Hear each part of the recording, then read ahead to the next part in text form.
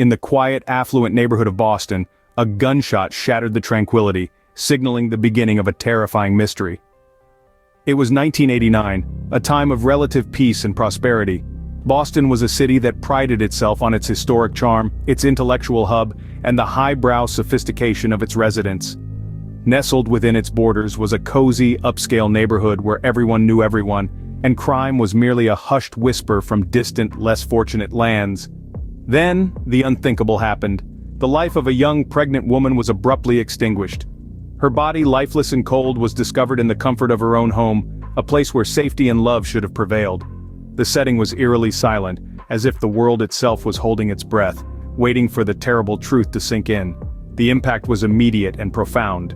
The community, once a beacon of serenity, was now a breeding ground for fear and suspicion. Neighbors peered out from behind their curtains, their eyes wide with disbelief and terror. The tranquility they had taken for granted was shattered, replaced by a chilling dread that froze the very marrow of their bones. Law enforcement was swift to respond. Officers, hardened by years on the force, arrived at the scene with grim faces and steely determination. The house, once a symbol of domestic bliss, was transformed into a chilling crime scene. Yellow tape fluttered in the wind, a stark contrast against the pristine white of the snow-covered ground. The flashing red and blue lights cut through the winter night, casting long, ominous shadows that seemed to hold secrets of their own. The murder of the pregnant woman was not just a blow to the community, but to the city as a whole. It was a stark reminder that even in the most secure of places, evil could still find a way to creep in. The shock waves of this heinous act rippled through the heart of Boston, leaving a chilling echo that would reverberate for years to come. And so, the stage was set for one of the most chilling true crime stories of our time. From the heartbroken husband, a tale emerged, a tale that would fan the flames of fear and mistrust. In the immediate aftermath of the shocking crime, the husband, a pillar of society, a man of means, was quick to paint a vivid picture of the alleged perpetrator.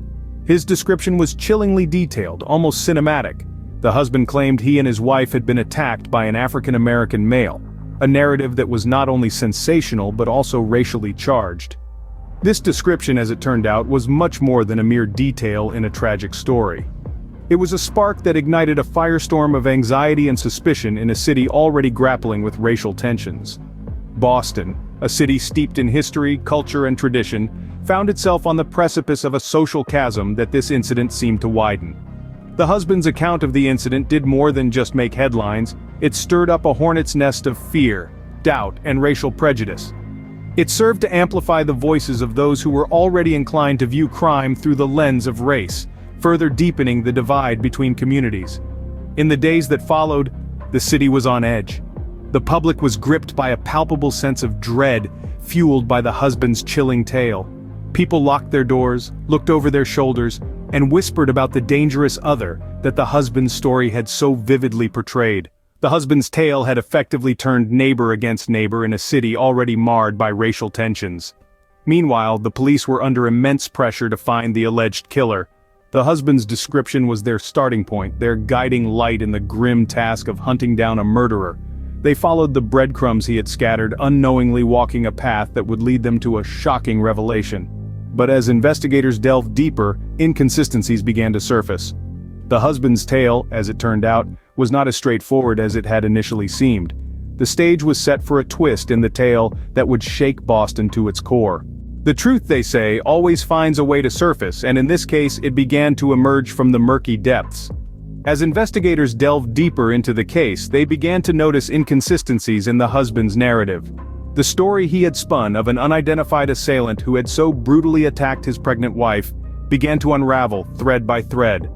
One such discrepancy was the timeline of events he had provided. The estimated time of the crime did not align with his account of the evening. The husband had painted a picture of a random violent attack, but the evidence suggested a calculated, cold-blooded act. Moreover, there were no signs of a forced entry at their upscale Boston apartment. The husband's claim of a break-in seemed improbable, and the lack of any substantial evidence supporting the presence of an intruder cast further doubt on his version of events. Then came the most damning piece of evidence. Forensic analysis of the crime scene revealed that the bullet trajectory was inconsistent with the husband's claim that his wife had been shot during a struggle with the intruder. Instead, The evidence suggested that the fatal shot had been fired at close range, a scenario that pointed towards intimate partner violence. As the inconsistencies piled up, so did the suspicion on the husband. His behavior in the aftermath of the crime did nothing to alleviate these doubts. He seemed more focused on maintaining his image of the grieving spouse rather than mourning his wife's untimely death. The turning point came when investigators discovered a life insurance policy on the wife, taken out just months before her murder. The payout was substantial, and the husband was the sole beneficiary. The motive for the crime was beginning to take shape, and it was a far cry from the random act of violence the husband had described. Finally, the husband's facade began to crack under the weight of the mounting evidence. He was arrested and charged with the murder of his wife. The news of his arrest sent shockwaves through the community. The narrative of a well-to-do husband, living a seemingly perfect life, had been shattered. The man who had once portrayed himself as a victim of a brutal crime was now the prime suspect in a horrifying case of domestic violence. The husband's arrest marked a turning point in the investigation. It was a chilling reminder of the lengths to which some individuals would go to maintain their image and lifestyle, even if it meant betraying those closest to them. In the end, the husband's web of lies had ensnared him. His attempts to manipulate the narrative and shift the blame had backfired. The truth had indeed surfaced, exposing a horrifying tale of deceit, betrayal, and cold-blooded murder. The mask had slipped, revealing a face of deception and cruelty. As the gavel fell, the trial began, a spectacle that held Boston and the entire nation in its thrall. The trial of the Yuppie murder quickly gained notoriety, becoming the most talked-about court case of the year. The husband, a well-to-do man accused of shooting his pregnant wife, had the spotlight firmly on him. The defense, with his life hanging in the balance, had a tough task ahead. His defense team, a group of experienced lawyers, presented the husband as a loving family man, caught in a terrible situation. They argued that he was a victim too, having lost his wife and unborn child to a violent crime. They presented him as a man who, in his grief, had perhaps made a mistake in his description of the suspect, but was no murderer. The defense's narrative was compelling, painting a picture of a man wrongfully accused. They brought forth character witnesses, friends, and family, who all testified to his good nature and love for his wife. They aimed to create doubt, to show that this man was incapable of such a heinous act. On the other side of the courtroom, the prosecution had a different story to tell. They portrayed the husband as a cunning, cold-hearted killer who had used his social standing to manipulate the situation. They argued that his fabrication of the suspect description was not a mistake, but a calculated move to divert attention from himself. The prosecution presented evidence that cast doubt on the husband's narrative. There were inconsistencies in his account of the events, and forensic evidence that didn't match his story. They showed that he had motive, opportunity, and the means to commit the crime. The prosecution's case was built on a solid foundation of evidence, but it was the emotional impact that was most striking. The loss of a young woman in her prime, her unborn child, and the betrayal by her husband hit hard. The trial was a battle of narratives, with the husband's defense and the prosecution's case clashing head-on. The jury was left with a difficult decision to make. On one side, a man who seemed incapable of such an act, and on the other, a body of evidence that pointed to him as the culprit. The tension in the courtroom was palpable as closing arguments were made. Both sides had presented strong cases, and now it was up to the jury to decide the husband's fate. The city of Boston held its collective breath, waiting for the verdict. The trial had divided the city, pitting neighbor against neighbor. The evidence was damning, but the defense's narrative was persuasive. The jury's decision would not only determine the husband's fate, but also affect the city's racial and social climate. The verdict, when it came, sent shockwaves through the city. In the aftermath of the trial, Boston grappled with the repercussions of this shocking case. The city, once seen as a beacon of progress, found itself thrust into a harsh spotlight. The Yuppie murder, as it was now infamously known, had laid bare the city's deep-seated racial tensions and the stark disparities in its criminal justice system. This wasn't just a crime story, it was a societal mirror, reflecting back at us our own prejudices, our own fears, and our own failings. The trial may have ended, but the dialogue it sparked was only just beginning. The case, with its chilling details and dramatic courtroom revelations, had captured the nation's attention. But it was the aftermath that truly left an indelible impression. The city was divided, its citizens grappling with the uncomfortable truths the case had brought to light.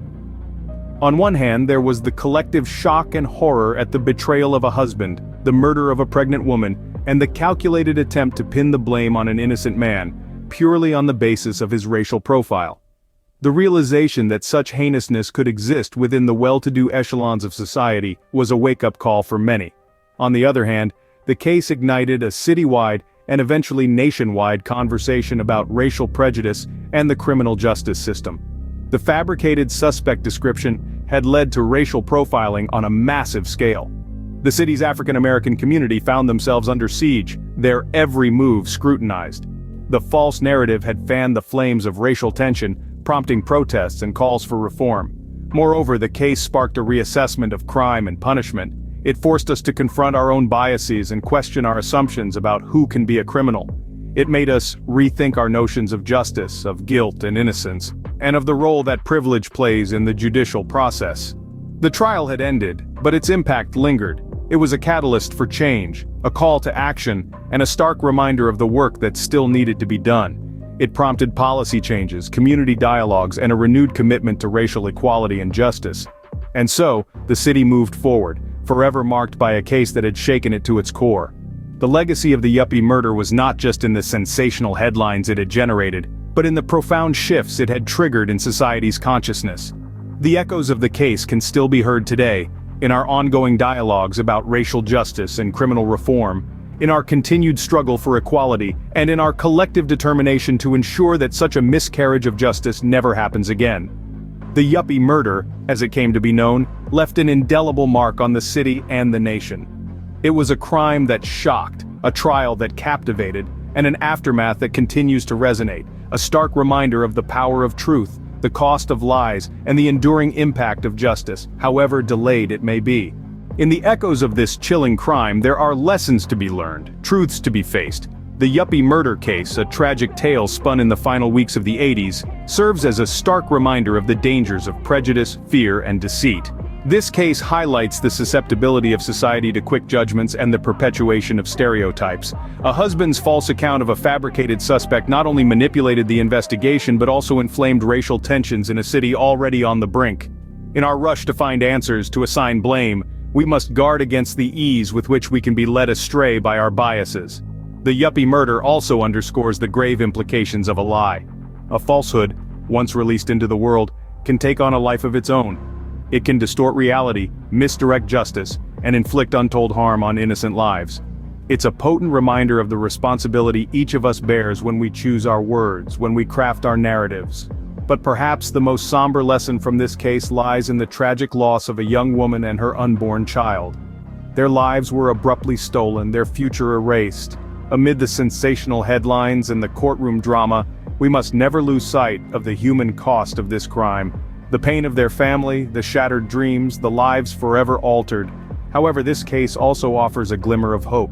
It demonstrates the relentless pursuit of truth by detectives and attorneys who refuse to be swayed by a convincing lie.